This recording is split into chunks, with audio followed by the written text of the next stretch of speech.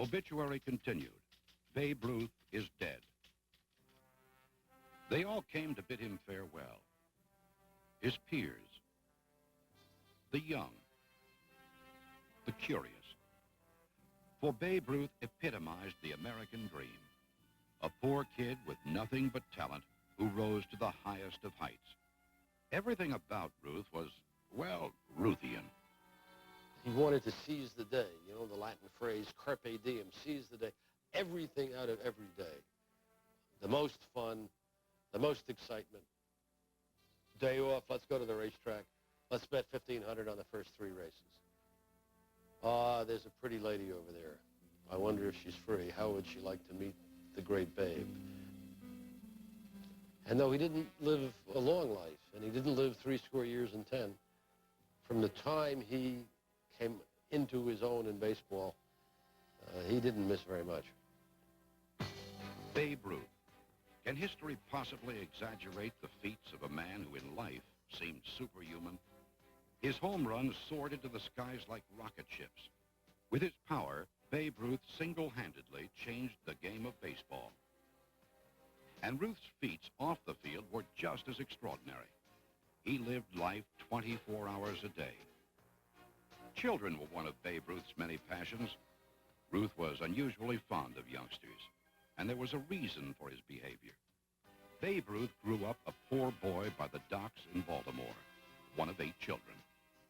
His father, George Herman Ruth Sr., owned a bar there. Babe's parents had trouble controlling their incorrigible youngster and sent him to reform school. At the school, Babe took up baseball, a welcome diversion for a child who always seemed to get himself into trouble. He never chewed tobacco till he was 6. Never had a drink till he was 7. He stole whatever loose change was around the house on his own testimony. And Ruth said once, I was a bad kid.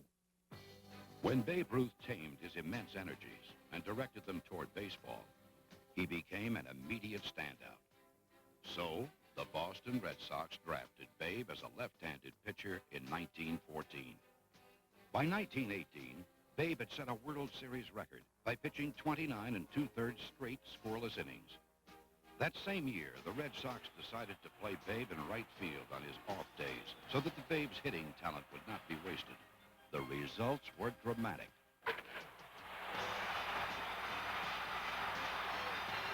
Ruth's 2 homers beat Cleveland. Clears bases in ninth with second circuit run. Babe Ruth pouched 2 more home runs. Boston slugger back. Ruth hits out another homer. Babe gets 23rd circuit smack. Ruth makes new home run record.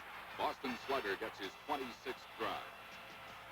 In 1919, Babe Ruth created new excitement in baseball by hitting 29 home runs, a record. He clearly stood alone as the game's most electrifying player, hitting balls that seemed to defy gravity. One day we was in St. Louis. I was on first base, and he hit a ball. If you ever been in that ballpark, it was right there on Grand Avenue. He hit a ball clean across Grand Avenue, clean on top of the houses, across the street, and it bounded off the back end of them houses. I saw it. I was on first base, and I stopped and looked at the ball. It was the farthest ball I ever saw. Meanwhile, Boston Red Sox owner Harry Frazee was facing a financial crisis. Frazee understood that Babe Ruth was his most precious asset. Sell baseball's home run king to another ball club? Frazee pondered that question at the end of the season. The year was 1920. Babe Ruth obituary continued, page 2. In 1920, Boston Red Sox owner Harry Frazee made history. Facing bankruptcy, Frazee sold Babe Ruth to the New York Yankees for a reported $150,000. After donning the Yankee uniform, Ruth proceeded to show the sports world that Harry Frazee had made the worst deal in baseball history. In 1920, Babe Ruth hit 54 home runs, smashing his own record of 29. Ruth then returned the next year to hit a mind-boggling 59 home runs. By this time, baseball had become the Babe Ruth show. In New York, why, it just revolutionized their attendance. They came to see him, and all newspapers carried headlines about the Babe. That's it. See, the newspapers carried, if he hit a home run, it never said how the game come out in the lineup at all. The headline is all Babe hits a home run. So he got that publicity and plenty of it, and he earned it, too. See, Babe was natural. He was a showman just naturally. He was just born in him. That's all. He was just a natural showman. When Ruth came along with those 54 home runs in 1920 and 59 in 1921, the attention focused on the action of one George Herman Ruth, and he strode through the 20s like a colossus. The 20s are a magic time in our memory, and probably were when if you were alive then. And you think of the names. There was Red Grange in football. There was Bobby Jones in golf. There was Big Bill Tilden in tennis. There was Jack Dempsey in boxing. There was the great jockey Earl Sandy, and the poem that went, "Give me a handy guy like Sandy driving a long shot home." But of all of these larger-than-life figures, Ruth was the greatest by far. When I was a kid, my father would say to me, Babe Ruth striking out with that mighty swing was more exciting than watching somebody else happen to hit a home run. Ruth's antics off the field were equally exciting to the dismay of those who had the fortune and misfortune of managing him. Manager Miller Huggins discovered that when you took Ruth, you took the whole man. Thus, the showmanship and excess which defined Ruth on the field also defined him off the field. When Miller Huggins, who was a small man, perhaps 5'4", who was managing the Yankees, tried to discipline Ruth on a train in the days when ball clubs traveled by train, Ruth responded to the discipline by walking to the caboose, dragging Miller along with him, and holding Miller at arm's length off the back edge of a speeding train. When Miller recovered his poise and his nerve, he fined Ruth $5,000. There's some question as to whether that was ever collected by the Yankees. But discipline Ruth and you get held off a speeding train. He knew who he was. He knew that he was Babe Ruth. He knew he put the people in the park. He knew that he was the emperor of American baseball. And if you try to say, Babe, I think you ought to go to bed a little earlier, and maybe that young lady will wait until the season is over, as I say, you'll get held off the end of a speeding train and told to go to hell. Babe Ruth's disrespect for authority reached all the way to the commissioner's office. Judge Landis, in 1921, barred all players from barnstorming in the off-season. Ruth, however, kept right on barnstorming. The result, a 2-month suspension. After missing 39 games, Ruth still managed to blast 35 home runs. He led the Yankees into the 22 series against the Giants. The Yanks lost in 4 straight. The next year, a new stadium was built in the Bronx. Writer Fred Lieb of the New York Evening Telegram called it the house that Ruth built. Thousands of paying customers flocked there to see only one man.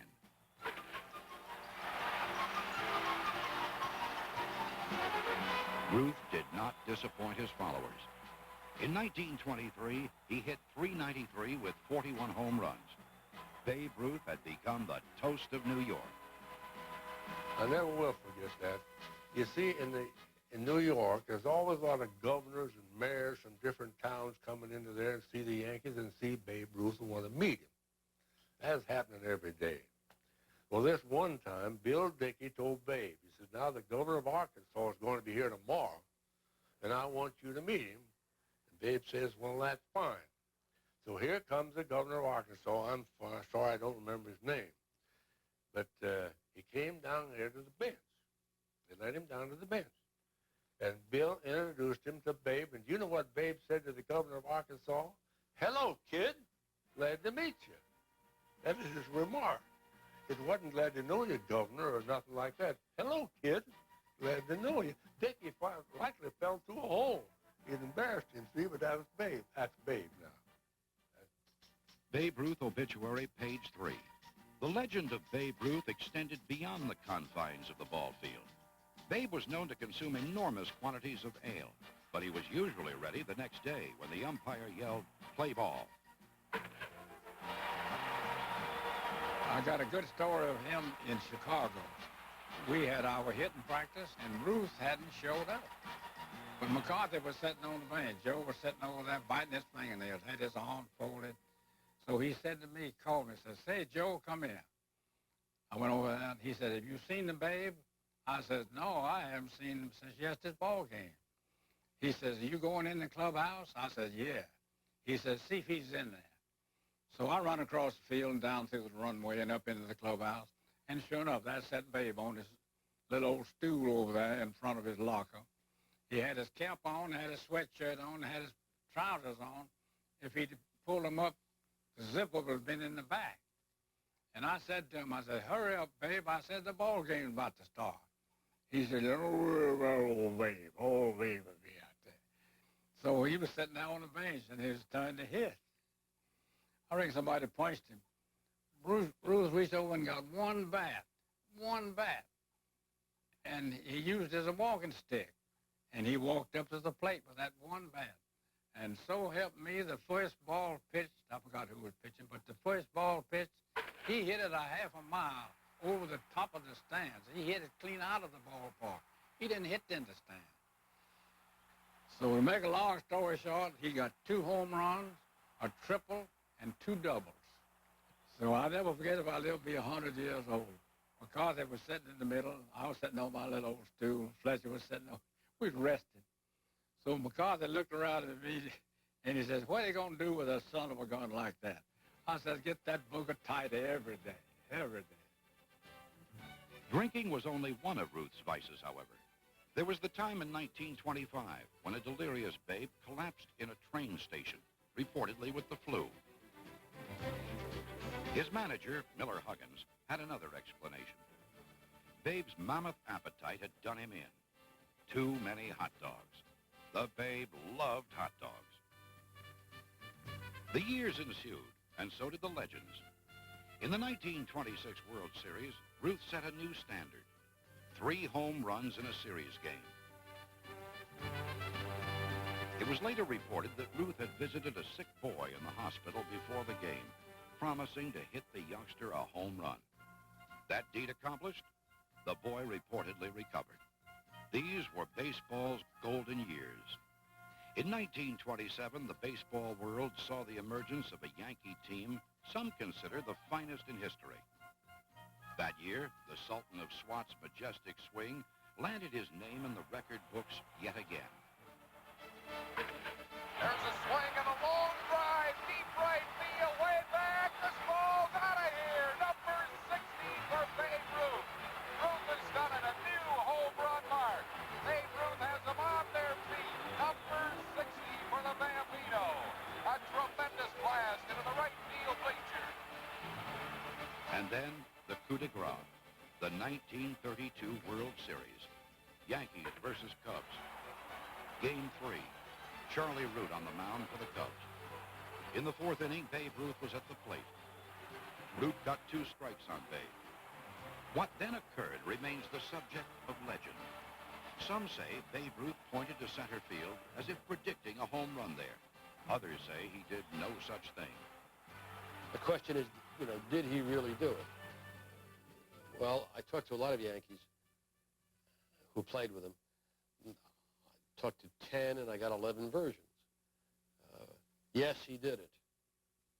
No, he didn't do it. Some of them say he did, and some of them say he didn't. But I was in the ball game, and I saw it all, saw every bit of it. Don't let anybody tell you that he did not point to the fence. He did. Well, now listen, here's what happened. The Cubs were out on the edge of their bench riding Babe. I mean, they rode him in New York and they rode him in Chicago about the Koenig deal. They was really riding the Babe. Ruth was pitching. So Babe comes up to the plate. He had 2 strikes on him. And he steps out of the box and holds up 2 fingers. So when they got 2 strikes, Ruth backed out of that box. And with his bat in his left hand, and with them 2 fingers, he just just like a fella just pointed just like that to center field. Well, on the next pitch, I got a mental picture right now. Ruth had done it. He had done it. A home run to center field. But still, the question lingers. Did Babe Ruth really call his shot? Some stories, you can find 40 versions, but the stories are marvelous. And let them roll on. And, you don't always need truth. You don't always need absolute accuracy. Let the story be. Ruth called his shot. I'm pleased with that. Well, at this one particular time when I went to bat, Charlie Ruth was pitching. And I looked out at center field and I pointed. I said, I'm going to hit the next pitch ball right past the flag. Babe Ruth obituary continued. Page 4. Babe Ruth retired from baseball in 1935. After retirement, Babe unsuccessfully sought the Yankees managing job. Thereafter, he drifted from the scene, virtually ignored until April 27, 1947, when the Yankees honored their hero. Ruth's voice was barely audible as he addressed his fans. He was dying from throat cancer. Many lovely things said about me, and I'm glad that I've had the opportunity to thank you.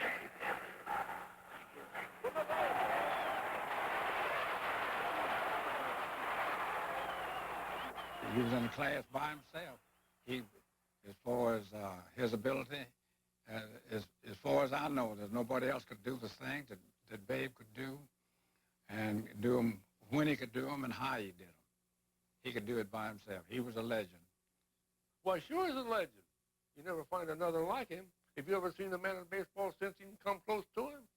As a personality? No, I never have and never will. I remember a day I spent in the Boston saloon with Jumping Joe Dugan, called Jumping Joe because he jumped some contracts, who was Babe Ruth's roommate. And we had a long talk, and I asked the same question of Jumping Joe Dugan, how could you sum him up? And then in a book I wrote, I set down what Jumping Joe Dugan told me.